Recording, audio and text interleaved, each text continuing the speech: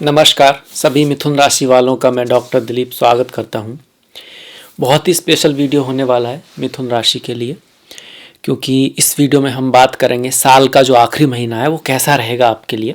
काफ़ी महत्वपूर्ण बदलाव ये लेकर आ रहा है और वैसे तो हर दिन, हर पल, हर सांस हमारे लिए खास होती है और कुछ लोग ज़िंदगी में इंतज़ार करते हैं कि जब कोई एक अच्छा समय आएगा, एक विशेष समय आएगा, तब वो अपना पूरा मन से, तन मन धन पूरा प्रयत्न करेंगे अपने लक्ष्य के लिए, जीवन को संवारने के लिए। कुछ अच्छा बड़ा होगा उनकी लाइफ में, पर वो इसके लिए इंतज़ार करते हैं समय का।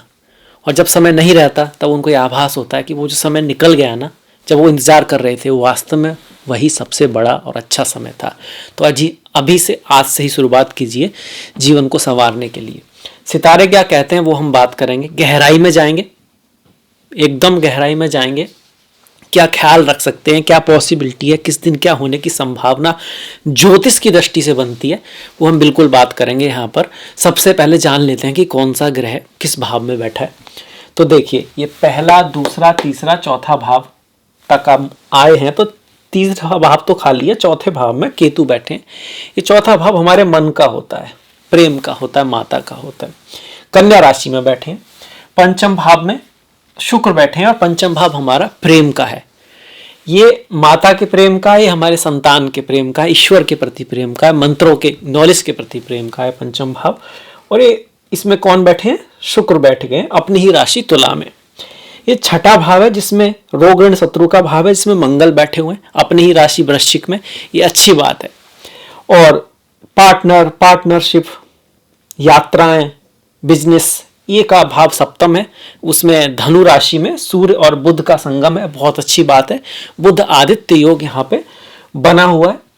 शनि अपनी ही राशि कुंभ में, भाग्य के भाव में, नवम भाव में बैठे हुए हैं। राहु जो हैं वो दशम में, और गुरु की स्थिति अपने मित्र राशि मंगल, जो सेनापति मंगल है, उनकी राशि में देवगुरु बृहस्पति बैठे हुए हैं। तो अब आ जाते हैं कि भाई रिजल्ट क्या आएगा, उसके ऊपर आते हैं। सबसे पहले देखते हैं कि भाई कोई राजयोग बना है कुंडली में या नहीं। इस समय, इस महीने क्या कोई राजयोग बन रहा है? राजयोग आपको पद प्रतिष्ठा देते हैं, नौकरी वगैरह लगना, जॉब का लगना, कुछ इज्जत मिलना, नाम होना, सत्ता मिलना। पैसे से मतलब इनका नहीं होता है। तो राजयोग के लिए जरूरी होता है कि पंचमेश जो है और आपका नवमेश है या आपका लग्नेश है, उसका संबंध केंद्र त्रिकोण से बन जाए, केंद्रीय त्रिकोण के किसी भाव से बन जाए, किसी ग्रह से बन जाए। तो शनि और गुरु यहाँ पर राजयोग बना रहे हैं। कैसे कि शनि तो भाई सबसे बड़े त्रिकोण के स्वामी है और त्रिकोण में बैठकर ही भाग्य योग बना रहे हैं, और शनि की जो दृष्टि है वो गुरु पे पड़ रही है, और गुरु जो है वो आपके दसम और सप्तम के स्वामी है। तो शनि गुरु का राजयोग बना हुआ है यहाँ पे। तो ये क्या दे सकता है? ये आपके जॉब लगवा सकता है ना, ये आपको नाम, पद, प्रतिष्ठा, सम्मान दिला सकता है। आप किसी तरह से ये कह सकते हैं यहाँ पर कि भाई जॉब में जो लोग हैं, जो अपना जो काम कर रहे हैं, और जो लोग बिजनेस में भी हैं, उनके लिए समय अच्छा है। ये जो महीना है गोचर की दृष्टि से मिथुन राशि वालों के लिए, काम के लिए, जॉब के लिए, बिजनेस के लिए अच्छा है। अब इसमें भी इसका रिजल्ट कब मिल सकता है, कौन सी तारीखों में इसका प्रभाव बढ़ेगा? तो देखिए, दूसरी जो तारीख है बहुत अच्छी है, पहली और दूसरी तारीख ये काफ़ी शुभ तारीखें हैं बिजनेस, जॉब के, काम के हिसाब से। इसी तरह से 10 और 11 तारीख बहुत अच्छी है। और इसके बाद अगर हम जाते हैं तो आपके 27 और 28 तारीख अति विशेष यहाँ पे हैं, और 19 और 20 तारीख, ये जो तारीख हैं इसमें आपको जॉब में प्रमोशन होना, किसकी जॉब लगना, कार्य में कोई लाभ होना, आपका बड़े भाई, सीनियर या किसी मीटिंग वगैरह में आपकी किसी बड़े व्यक्ति से मुलाकात होना, लाइफ में किसी ऐसी एजुकेशन का, ऐसी चीज़ का होना जो आगे चल के आपके लिए भाग्यशाली साबित हो, इस तरह के योग इस महीने बने हुए हैं।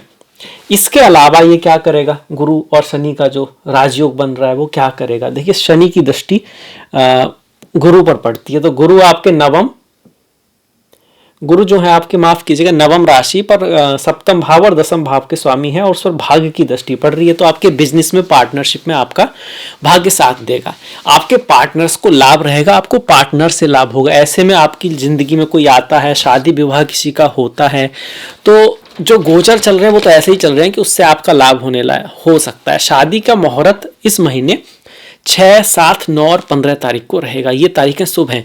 अब शादी का मतलब सिर्फ शादी ही नहीं है, किसी के साथ कॉन्ट्रैक्ट में आना, बिजनेस कॉन्ट्रैक्ट में आना, किसी के साथ एक वादा करना कि भाई मैं हम दोनों साथ मिलके कुछ बड़ा करने वाले हैं, कुछ अच्छा करने वाले हैं एक दूसरे के लिए, वो उसको हम शादी बोलते हैं, उसको हम विवाह बोलते हैं एक तरह से। तो वो गोचर बना हुआ है, विवाह का गोचर तो ये है ही है। इसके बाद बिजनेस के लिए भी ये जो मैंने डाइट्स बताई वो अच्छी होगी, पर बिजनेस में एक चीज का ध्यान रखना होगा 16 तारीख के बाद, गुस्से का, क्रोध का, ईगो का। ईगो मतलब मैंने जो कहा, ये नहीं कि सही है या नहीं है, मैंने कहा है तो सही होना चाहिए। मैं भाव सभी के अंदर होता है, प्रकृति में ही है। जब तक आप इस मिट्टी से बने हुए शरीर में हैं, मिट्टी बोलते हैं ना, बाद में जब मृत्यु हो जाती है तो मिट्टी उठा लो, मिट्टी है, या बॉडी बोलते हैं, व्यक्ति नहीं बोलते हैं, क्योंकि व्यक्ति तो उसके अंदर जो ईश्वर तत्व है जो सभी के अंदर सेम ही है, वो वही व्यक्ति है। आप ये भी कह सकते हो अहम ब्रह्मास्मि, पर उसको मिट्टी बोलते हैं। तो जो ईगो आता है कि मैं अगर आपके रिश्तों में आएगा, बिजनेस में आएगा तो गड़बड़ हो सकती है। मैं का टकराव यहाँ पे दिखा रहा है सूर्य की वजह से, और सूर्य जो है तृतीय भाव के स्वामी है, सप्तम में आ रहे हैं। तो बस थोड़ा सा आप कह सकते हो कि आपको जहाँ सही है वहाँ सही चीज़ की तरफ जाना, ये नहीं कि भाई हो सकता है आपका पार्टनर ही सही हो, वहाँ पर आपका उसका पॉइंट ऑफ व्यू भी देखना है। थोड़ा सा ईगो से आपको बचना है 16 तारीख के बाद, तो रिश्तों में और बिजनेस में आपके लिए बढ़िया रहेगा, अच्छा रहेगा। तृतीयेश का सप्तम में आना ये कहीं ना कहीं प्रयास दिखा रहा है, रिश्तों को बनाने में, बिजनेस में प्रयास, एक हार्डवर्क, मेहनत तो करनी पड़ेगी, पर रिजल्ट आपका अच्छा आएगा, ये इस चीज को दिखा रहा है। 16 तारीख से पहले रिश्तों के मामले में महीना थोड़ा ज्यादा अच्छा है, मतलब प्रेम बढ़ने वाला है। जो शादीशुदा व्यक्ति हैं उनके रिश्तों में भी बेहतर रहेगा। बिजनेस के लिए वैसे तो पूरा ही महीना ठीक है, पर पहले 16 दिन ज़्यादा बेहतर हैं। उसमें भी खासकर बिजनेस को अगर ध्यान में लेके हम रहें कि भाई लाभ वगैरह कब हो सकता है पार्टनरशिप में, बिजनेस में, तो उसके लिए हम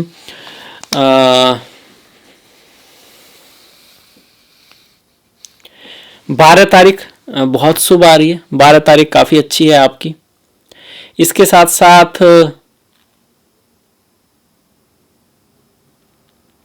29 तारीख बहुत शुभ है, 29 तारीख आपकी बहुत शुभ आ रही है, और 20 तारीख जो है वो भी बहुत शुभ है। तो ये जो तारीखें आ रही हैं काफ़ी अच्छी हैं। इन दिनों आपको बिजनेस आदि में लाभ हो सकता है। अगर कोई आप अपना काम कर रहे हैं, बिजनेस है आपका, पार्टनरशिप में आपका किसी के साथ काम है, तो ये तारीखें आपके लिए शुभ रहेंगी। प्रेम के हिसाब से महीना बहुत बढ़िया है। प्रेम आपस में प्रेम बढ़ने वाला है। जो लोग सिंगल हैं उनकी लाइफ में कुछ आ सकता है। स्टॉक मार्केट की में भी आपको लाभ हो सकता है। अगर आप डिजाइन, क्रिएटिविटी, आप मीडिया, फिल्म इंडस्ट्री, मेडिसिन से जुड़े हुए हैं, शुक्र जो हैं, क्योंकि शुक्र अपनी राशि में बैठकर यहाँ पर छत्र नाम का लक्ष्मी योग भी बना रहे हैं, राजयोग भी बना रहे हैं, बहुत खूबसूरत योग बना रहे हैं। और ये भाव प्रेम का है, ये भाव स्टॉक मार्केट का भी है, ये भाव संतान का भी है, संतान बहुत बढ़िया करने वाली है, ये भाव पढ़ाई लिखाई का भी है, वो है। अगर आपकी स्पिरिचुअलिटी, अध्यात्म में रुचि है तो पंचम भाव आपका उस चीज़ के लिए भी अच्छा माना जाता है। मतलब आप किसी के अंडर गुरु से कुछ मंत्र लेना चाहते हैं, आपको रुचि है इन चीज़ों में, आप ज्योतिष सीखना चाहते हैं, उसमें भी पंचम भाव बहुत बढ़िया है। आप किसी तरह का उपदेश देते हैं, किसी तरह की कंसल्टेंट देते हैं, किसी तरह के एडवाइजर हैं, उसके लिए भी पंचम भाव यहाँ पे बहुत शुभ है, बहुत बढ़िया है। अब इस पर गुरु की भी दृष्टि आ गई। शुक्र गुरु के आमने सामने आने से भी एक राजयोग बन गया। एक तो शनि गुरु का राजयोग था, दूसरा शुक्र और गुरु का भी राजयोग बन रहा है। यहाँ पर आपके बड़ों से आपको लाभ होगा, आपके बड़े भाई बहन की लाइफ में कुछ बेहतर जो है स्थितियां बनने वाली हैं। इसके साथ साथ आपके ट्रैवल कोई हो सकती है, छोटी मोटी यात्राएं यहाँ पर होगी। आपके पिता के धन में भी वृद्धि होगी, आपके गुरु के, आपके बॉस के धन में भी वृद्धि होने वाली है। इस चीज़ को भी यहाँ पे दिखा रहा है। और 16 तारीख के बाद आपके बड़ों का, या तो आपके पिता का, या आपके गुरु का, या आपके बॉस का, उस जैसे किसी व्यक्ति का जीवन में कुछ हस्तक्षेप बढ़ सकता है। उनका, आप हस्तक्षेप की जगह है कि उनका कहीं ना कहीं रोल बढ़ सकता है आपकी लाइफ में, इस चीज़ को दिखा रहा है। और नॉर्मली वो आपके लिए अच्छा होगा, बढ़िया होगा, बस थोड़ा आपको ईगो से बचना है। इसके बाद अगर धन की बात करें तो धन की स्थिति यहाँ पे अच्छी दिखा रही है, धन के नए सोर्स बनेंगे। और इसके साथ साथ धन के नए सोर्स बनेंगे भी, और पहले जो सोर्स हैं उनसे अगर आप कोई धन कमा रहे हो तो आप उसको कहीं अच्छी जगह इन्वेस्ट करोगे, कुछ दान पुण्य या कोई अच्छा काम भी आपके हाथ से हो सकता है, ये भी महीना दिखा रहा है। भाग्य की अगर हम बात करें तो अगर आप प्रयास करते आ रहे हो, हार्डवर्क करते आ रहे हो, मेहनत करते आ रहे हो और पिछले 3-4 महीने से आपको वो रिजल्ट नहीं मिल रहा था जितना आप चाह रहे थे, तो आपको कुछ ना कुछ रिजल्ट मिलेगा और आप फील करोगे कि भाई अब थोड़ा सा लक मेरा साथ दे रहा है, और ये अगले साल तक कंटिन्यू रहने वाला है। क्योंकि उसका कारण एक तो राहु जिसके 10 में दुनिया उसके बस में है, ऊपर से गुरु का गोचर शुभ हो चुका है, शनि का गोचर भी ठीक ही है, और राहु जब 10 में आते हैं तो आपका प्रमोशन भी करा सकते हैं, फेम भी दिला सकते हैं आपको, और किसी नॉलेज पढ़ने के लिए कुछ लोग जाते हैं ना कि भाई अपडेट कर सकते हैं आप अपनी नॉलेज को, आप कुछ नया कोर्स वगैरह ले सकते हैं, आप कहीं ट्रैवल पे जा सकते हैं, आपके जीवन में कोई यात्रा वगैरह आ सकती है। पर ध्यान यही रखना है कि मन थोड़ा सा उदास रहेगा, स्पिरिचुअलिटी अध्यात्म का सहारा लें, क्योंकि ये भाव सबसे इंपॉर्टेंट है। कुंडली में 2 भाव सबसे महत्वपूर्ण होते हैं, पहला और चौथा और नवम भाव। क्योंकि पहला भाव बुद्धि है, बुद्धि ही मन को कंट्रोल कर सकती है, बुद्धि ही डिसाइड करती है। मन तो सिर्फ भावना है, जो भी सब चीज है आपको दिखाएगा, जो जैसा है थोड़ा सा अपने नजरिए से दिखाएगा, पर उसमें से निर्णय जो लेना है सही रास्ते पे चलने का वो बुद्धि लेगी और दिखाएगा मन। तो भाई जो दिखाएगा उसमें सही निर्णय होगा, तो मन भी बहुत महत्वपूर्ण हो गया।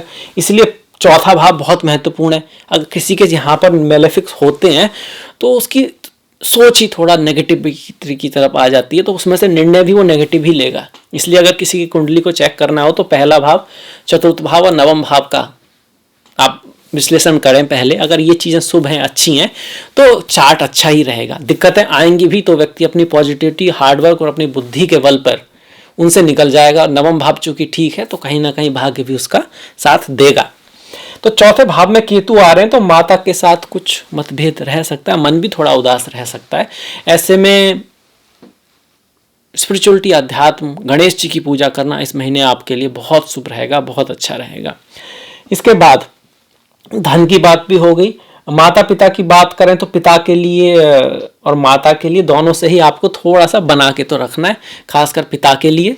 माता के भाव में भी केतु आ रहे हैं तो हम इसको बहुत बेस्ट नहीं कह सकते। पिता के भाव में राहु आ रहे हैं, पिता और माता के स्वास्थ्य का आपको ध्यान रखना है, ये ज़रूरी बात है। चेंज ऑफ प्लेस की पॉसिबिलिटी यहाँ पे बनती है, यात्राएं यहाँ पे हो सकती हैं। अगर आप घर वगैरह, ज़मीन वगैरह के लिए प्रयास कर रहे थे तो घर ज़मीन की पॉसिबिलिटी यहाँ पर मंगल केतु बना रहे, और ऐसे में प्रॉपर्टी से संबंधित अगर आपका कोई काम है तो आप उसको 2, 3, 12, 13, 21, 26, 27, 31 तारीख को कर सकते हैं। ये इसके लिए शुभ तारीखें हैं। गृह प्रवेश वगैरह करना है आपको तो उसके लिए 8, 15 और 21 तारीखें काफ़ी शुभ हैं। संतान के लिए जैसे मैंने बताया कि बहुत बढ़िया शुभ महीना है, बहुत अच्छा महीना है। इस समय जो बच्चे बच्चियां जन्म लेंगे बहुत बुद्धिमान, क्रिएटिव, इंटेलिजेंट होंगे और उनके जीवन में चीज़ें आसानी से भी हो पाएंगी। और किसी का अगर नामकरण करना है या तो उसके लिए 1, 7, 8, 10, 15, 17, 18, 20, 21, 22, 24, 28, 29 तारीखें बहुत शुभ हैं। पहली बार खाना खिलाने के लिए इसको अन्नप्राशन मुहूर्त कहते हैं, उसके लिए 1, 7, 15, 18, 21, 20, 28, 29 तारीखें बहुत अच्छी कही जा सकती हैं। शिक्षा के लिए भी बहुत बड़ा महीना है, शिक्षा के लिए भी बहुत अच्छा महीना है। और किसी चीज़ की आपको प्रारंभ करना ना, कोई कोर्स लेना है, कोई एजुकेशन, किसी बुक को आपको नाम देना है, कुछ अपना इस तरह से कोई चीज़ ना बनानी है अपने नाम से, तो उसके लिए भी आप 1, 7, 8, 10, 15, 17, 18, 20, 21, 22, 24, 28, 29 तारीखों को यूज कर सकते हैं। अब इसके बाद बढ़ जाते हैं स्वास्थ्य की दृष्टि से। देखिए, स्वास्थ्य की दृष्टि से आप बहुत दूसरों को महत्व देने वाले, थोड़ा सा महत्व अपने आप को भी देना है। मतलब दूसरों की बातों की वजह से आपका मन काफी व्यथित सा रह सकता है। मतलब बहुत कुछ डिपेंड करेगा आपके सुख दुख की, भाई दूसरे उसको कैसा रेस्पॉन्स दे रहे हैं, दुनिया उसको किस तरह से ले रही है। तो यहाँ ये थोड़ा सा रखना होगा कि जो लोग बहुत ऊपर जाते हैं, जिनके लक्ष्य बहुत बड़े होते हैं ना, वो इस बात को ज़्यादा नहीं सोचते हैं कि दुनिया क्या सोच रही है, लोग क्या कहेंगे। अपनी तरफ से अगर सही है तो उस पर उनका फोकस ज़्यादा रहता है। क्योंकि बड़े लोग या महान लोग या जो भी लोग ऊपर गए, उन्होंने किसी को दिखाने के लिए कुछ नहीं किया है, उन्होंने तो बस वही पालन किया है जो उनके मन बुद्धि ने स्वीकार किया जो सही है, और उस रास्ते पे चले गए वो। और फिर लोग उनकी देखा देखी करते हैं, वो किसी की देखा देखी ज़्यादा करते नहीं हैं। तो इस चीज का ध्यान रखना। अगर इस सब का ध्यान रखते हैं तो स्वास्थ्य के लिए महीना ठीक ही है। सप्तम भाव में राशि का स्वामी जा रहा है तो हम इसको ये नहीं कह सकते बहुत बढ़िया है। स्वास्थ्य की दृष्टि से थोड़ा सा ध्यान तो आपको रखना होगा। थोड़ा योगा वगैरह करते रहें, ध्यान वगैरह करते रहें और थोड़ा सा अपने ऊपर ध्यान दें। डाइट का ध्यान रखें, खाने और खाना पीना, आपका विश्राम वगैरह आप जरूर करें। मतलब काम के साथ साथ एक बैलेंस बना के रखें। कहीं ऑफिस वगैरह में काम करते हैं तो हर घंटे थोड़ा सा टहल लें, पानी वगैरह पीते रहें, क्योंकि सप्तम भाव में अगर बुध जाते तो किडनी वगैरह की दिक्कत अगर आपको है तो वो बढ़ सकती है। इस चीज़ का हम ध्यान रखें। सूर्य बुध का योग सप्तम भाव में बिजनेसमैन जो हैं उनके लिए बढ़िया है। आपको कोई ऐसी डील मिल सकती है जो आपका नाम बढ़ाए, फेम बढ़ाए, और ये खासकर 16 तारीख के बाद ज़्यादा हो सकता है। इस चीज़ की पॉसिबिलिटी 16 के बाद और भी ज़्यादा बन रही है।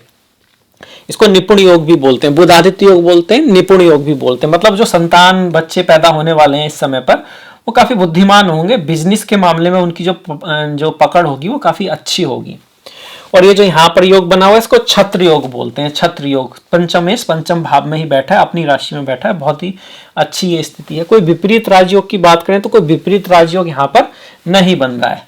मंगल, माफ कीजिएगा, मंगल हर्ष नाम का विपरीत राजयोग जरूर बना रहे। विपरीत राजयोग जो आपको किसी कोर्ट केस वगैरह में भी जिता सकता है। अगर आपका किसी लड़ाई वगैरह चल रही है, कोई कंपटीशन है और आपने मेहनत की है तो रिजल्ट आपका बहुत बढ़िया आएगा। उसको और बढ़ाने के लिए आप पवन सुत हनुमान की पूजा कीजिए, सुंदरकांड का पाठ कीजिए, तो सेनापति मंगल भी आपको शुभ फल देंगे। वहीं जो दंडनायक शनि महाराज हैं वो भाग्य के भाव में बैठे हुए, अपनी ही राशि में बैठ के ये कहते हैं कि मैं भाग्य तो आपका साथ देगा, मैं आपके साथ हूं, पर मेरे गुणों को अपनाओ। क्या? साफ सफाई का ध्यान रखो, प्लानिंग बनाओ। आपको पता होना चाहिए इस हफ्ते, अगले हफ्ते, उससे अगले हफ्ते आपका क्या प्लान है, क्या आप करने वाले हो जिंदगी में।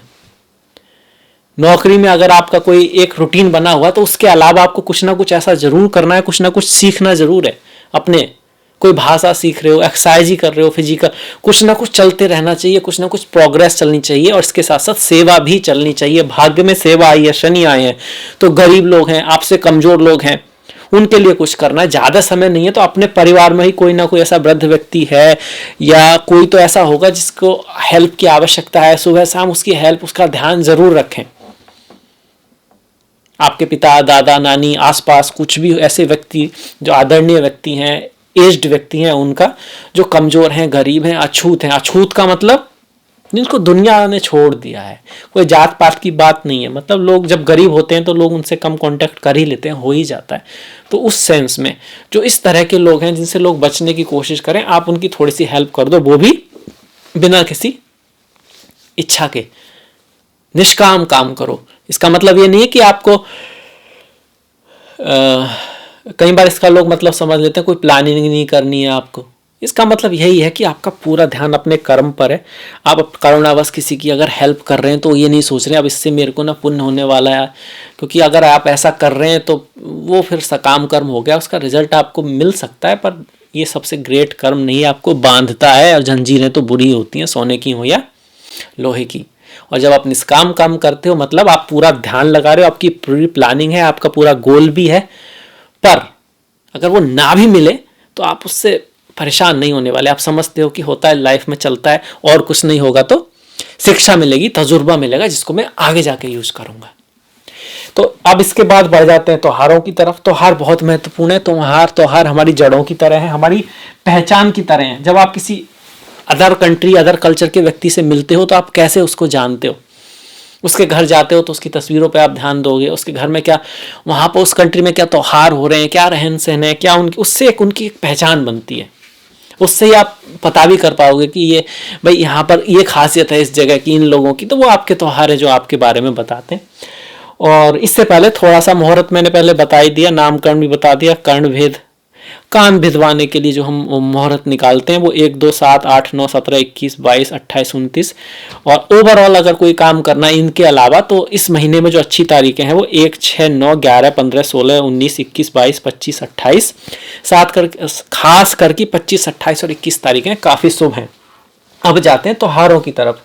देखिए नई साल आ रही है तो आप सभी को नई साल बहुत मुबारक हो, बहुत ही ज़्यादा आपको शुभकामनाएं कि ये साल आपके जीवन में बहुत बढ़िया अवसर लेकर आए और आप भी बहुत सारा प्रयास करें। और क्रिसमस भी आप सभी को मैरी क्रिसमस हो। अब त्योहारों के बाद हम व्रत की बात करें तो मार्गशीर्ष की अमावस्या 12 तारीख को है, प्रदोष व्रत आपका 10 और 24 तारीख को है, संडे के दिन शिवरात्रि जो है 11 तारीख की। चिदानंद रूपा शिवोहम शिवोहम। मन बुद्धि अहंकार चित्तानी, ना हम, ना मैं मन हूं, ना बुद्धि हूं, ना अहंकार हूं, ना चित्त हूं। मन आप समझ गए, जिससे हम दुनिया को देखते हैं। बुद्धि जो डिसाइड करती है, जो निर्णय लेती है, सही उस पर टिकती भी है ना, उसमें मन भी हेल्प करता है आपका संकल्प लेने में। चित्त सारी जो इन्फॉर्मेशन है आपकी, हम युद्ध करते हैं ना चित्त चोर और ये सब, चित्त लगा रहता है भक्तों का अपने प्रभु में। तो चित्त आपकी जो मेमोरी में, ध्यान में बस वो जो रहता है, जो अवचेतन में रहता है वो भी चित्त है। अहंकार अहम भावना, अहंकार सभी में होता है, जब तक इस बॉडी में है आपको अहंकार है। पर ये ज्ञान है कि वो जो अहंकार भी है वो ईश्वर ही है, आप नहीं हो। ये पंच तत्व ही, पंच इंद्रियां, ज्ञानेन्द्रियां, ये जो है एक दूसरे में, उनका ही सब खेल है। और उस खेल भी कहाँ से आया? ईश्वर से आया है। ये समझ कि सिर्फ मैं कुछ स्पेशल हूँ, बस ये थोड़ा अहंकार है। इसकी समझ कि ये व्यक्तिगत कुछ मेरे साथ ही स्पेशल हो रहा है, ये थोड़ा अहंकार है। जो ज्ञान समझने लगता है बस वही मोक्ष है, वहीं से मुक्ति की शुरुआत हो जाती है। खैर शिवरात्रि हो गई, पूर्णिमा 26 तारीख की है। और उत्पन्ना और मोक्षदा जो एकादशी हैं उनमें से उत्पन्ना जो है वो 8 की है, मोक्षदा जो है वो 22 की है। और ये शुक्रवार के दिन पड़ रही है। संकष्टी 30 तारीख की है, धनु संक्रांति जो है वो 16 तारीख की है। मतलब 16 तारीख को सूर्य का परिवर्तन होगा। तो सूर्य 16 से पहले यहाँ रहेंगे, जिसके रिजल्ट के बारे में हम बात कर चुके हैं पहले महीने भी। पर फिर भी हम कह सकते हैं कि 16 तारीख से पहले भी सूर्य का गोचर अच्छा ही है। सूर्य मंगल योग बनना है, थोड़ा गुस्से का ध्यान रखें बस। उसके बाद सूर्य सप्तम में आ चुके हैं, जिसकी हमने बात की। तो अब इसके साथ मैं वीडियो समाप्त करता हूँ। मुझे आशा है कि आपको पसंद आया होगा, अच्छा लगा होगा, और इसे आप जीवन में उतारेंगे और इससे आपका लाभ भी अवश्य होगा। अगर आपको पसंद आया तो लाइक कर सकते हैं, डिस्क्रिप्शन में कुछ कहना चाहें तो कह सकते हैं। अगर आपने अभी तक सब्सक्राइब नहीं किया है तो सब्सक्रिप्शन कर सकते हैं। अगर आपको ज्योतिष में रुचि है, ज्योतिष में आपको वीडियो पर देखना पसंद है तो बिल्कुल कीजिएगा। और नेक्स्ट वीडियो में फिर आपसे मुलाकात होगी।